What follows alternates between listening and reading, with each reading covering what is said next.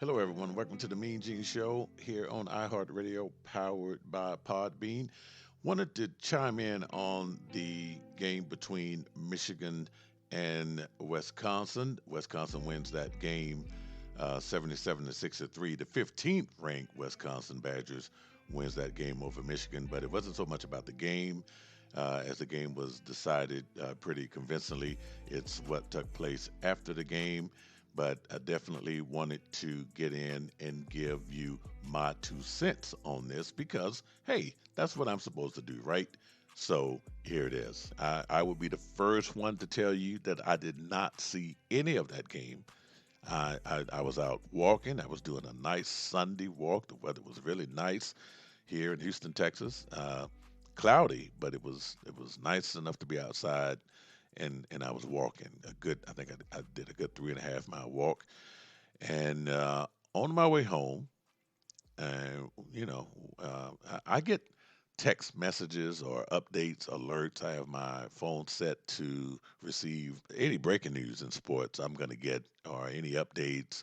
My favorite teams, I'm going to get updates, regardless. Anything, any updates, I'm going to get it if it has something to do with sports. So as soon as I put into my garage, my phone is just blowing up with bing, bing, bing alerts. So I look down and I see Howard throws a punch after the Michigan game. I'm like, huh? So I'm thinking, like, what the hell is this? So and so I can put two and two together mighty quick. I know they're talking about Juwan Howard, and so I look at this. So I sat in the car for a minute, and I pull up the story, and the story came from the Score. The Score is one of the sources I use a lot. I have had a couple of their writers on my show, so I go to them a lot to validate stories, and I usually share their stories on my social media pages. So I read the story and I'm like, oh my goodness, you got to be kidding me. I mean, I'm reading what happened here. And then there's a video. Now, mind you, I'm watching the video on my cell phone, which, small, but it was clear enough for me to see what happened. And and I'm watching the guys line up to do the handshake, and I saw Jawan Howard hand go across and hit some. I'm like, okay, I got to get in the house, and I know this is on TV, so I get in the house and I put the big screen TV on, so I got to see this. And I saw the same thing. And then I get to hear the commentary behind that. So they're talking about, okay, something happened. Like I said, I didn't see the game, but they made reference to Wisconsin had called a timeout, and Juwan Howard didn't like the fact that they called a timeout when the game was already out of reach. I don't know what the score was, but Wisconsin won the game, and this is a Big Ten conference game, and Wisconsin won the game convincingly. It showed where, the traditional thing is when a game is over, coaches, usually the head coaches, are in the front of that line from what I've always seen. They started off, and then the players and the coaches, would walk on down the line and shake the hands of everybody else. But, Juwan Howard did get in that line.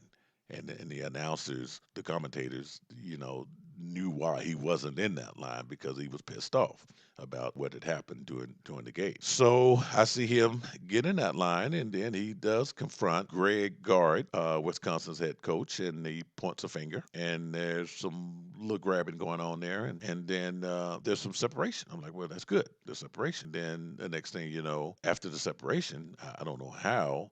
Juwan Howard gets a hand in there and he connects with one of the Wisconsin coaches. And I'm like, oh my goodness. And then immediately after that, there's players seem like they're going at it, and it was just a big mess. And I said, "Oh my goodness, this is crazy. This is unfreaking real."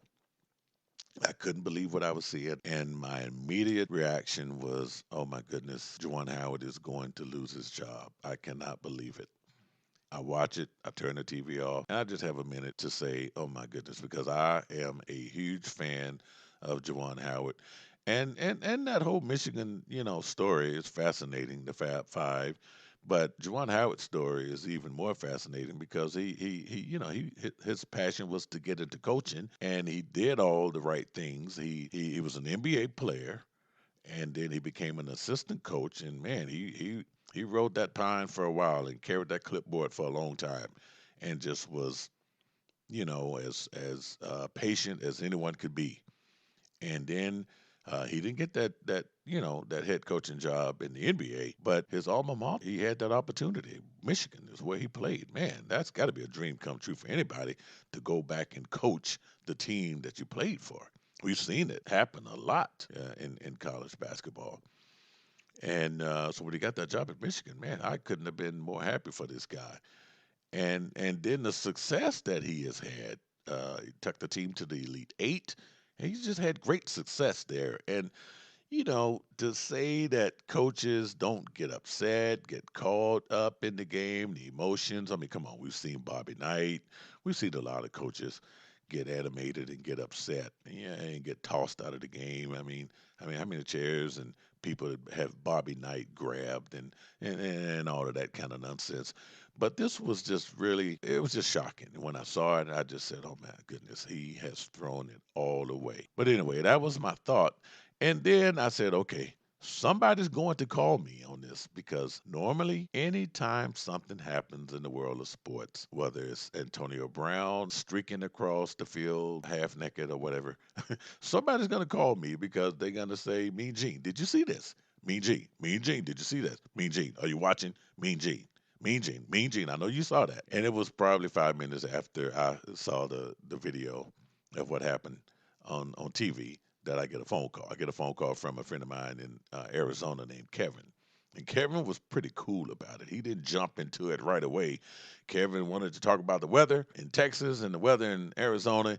And then he just said, man, did you see what happened at that Michigan Wisconsin game? And I said, well, Kevin, I didn't see the game, but I did get an update, and I just saw the video on my phone, and then I just saw it on TV, and I can't believe it. And I just said, and his question to me was, what do you think's going to happen to Juwan Howard? And I said, well, Kevin, I don't know. I think, number one, he's probably going to be suspended, if not fired. And I think that, I don't know, he might resign because he's feels bad, and maybe because he wants to set the right example because he know he did. I don't know. I mean, I'm just throwing things out there. This is, like I said, this is just my opinion here, and so we just kind of talked about it and went our separate ways. And then I thought more about this last night. And then I was able to go in and see the press conference, the normal press conference that coaches give after every game, which we knew this one was going to be very, very interesting. So I am going to play soundbites from Juwan Howard's press conference after the Michigan-Wisconsin game, and I'm also going to play a soundbite from the Wisconsin press conference and Greg Gard and his comments on what he had to say about the incident with Michigan's coach, Juwan Howard. So here we go. I didn't like the timeout being called, and I'll be totally honest with you. I thought it was, not necessary at that moment, especially being a large lead. And then for to have the timeout be called with 3 seconds or 4 seconds to go, I thought that was, what I felt wasn't fair to our guys. And so that's what happened. Well, as far as touching, I mean, it's obvious touching with the handshake line. It must have been more than that. Oh, yeah, it was more than that. Yeah. Touching me unnecessary wasn't cause for that when we were talking. And at that point, I thought that was, time to protect myself. Came in later after some of the players and was going down the line with everybody. They were all fine. And he came up to me and pulled his max down and said, "I'll remember that." And he started pointing at me and tapped me in the chest. And I said, "Hold on. Let me explain to you why I took the timeout." Maybe he doesn't know the rule that you get the 10 seconds reset. I wasn't going to put my players in that type of situation to have to break a press in 4 seconds, coming stiff and cold off the bench. I wouldn't do that for a regular group. I can take a timeout. It gives my players the best chance to have success. So that's where it started, that he said, I'll remember that. And I said, hey, let me tell you why I did what I did. And he didn't want any part of it.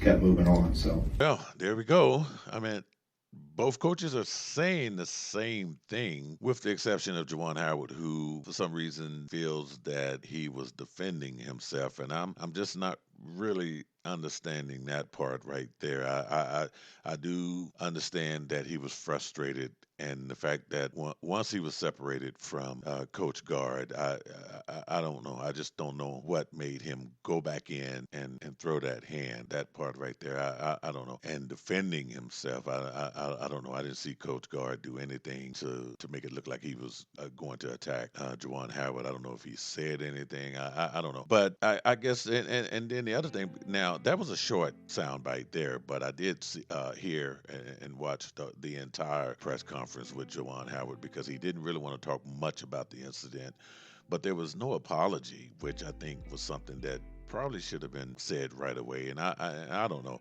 I mean, I still don't know, as of even recording this show, what punishment is going to be given to him, or what has been given to him.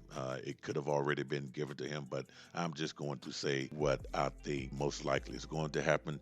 Michigan has about 5 games left in the regular season. I think the most likely outcome is that he's going to be suspended for the regular remaining game that Michigan has. I can see that he might also miss the Big Ten tournament. All right, and that's it for this podcast. Make sure you stay tuned for the next podcast. I will be talking about the NBA All-Star Weekend. You're listening to the Mean Gene Show right here on iHeartRadio, powered by Podbean.